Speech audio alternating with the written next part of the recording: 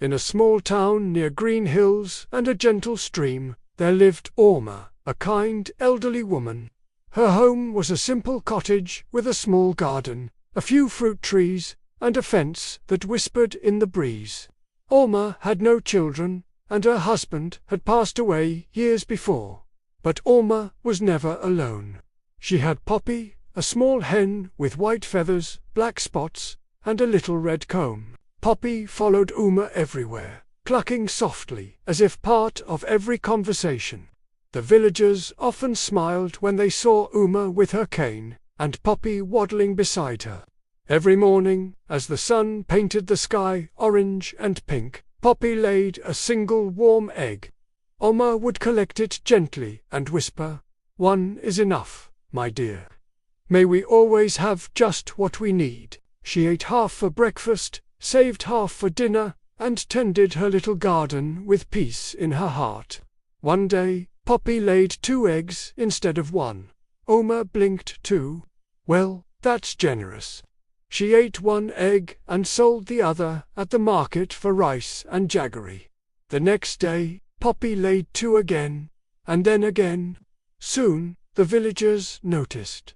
"Sell both eggs, Amma," one said. "Feed her more, maybe she'll give 3, said another. "You could buy 10 hens, make a business," but Amma only smiled. "1 for me, and 1 to share. That's enough."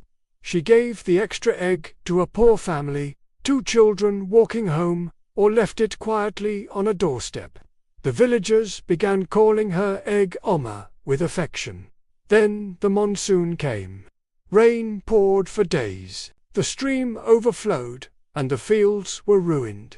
Many families struggled to eat, but Poppy kept laying 2 eggs every morning.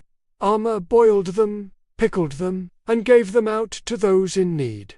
She asked for nothing in return. One rainy afternoon, villagers asked Amma, "Why didn't you sell more when you had the chance? Why didn't you make money?" Amma smiled warmly and said, "True happiness isn't about gathering more. It's about loving what we already have and sharing it when the time comes. I kept only what I needed. The rest was a gift." Poppy clucked softly and nestled at Amma's feet. True happiness is not about collecting more.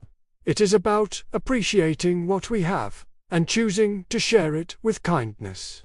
When we lift others, we also lift ourselves. Together, we become rich, not in money, but in compassion, peace, and happiness.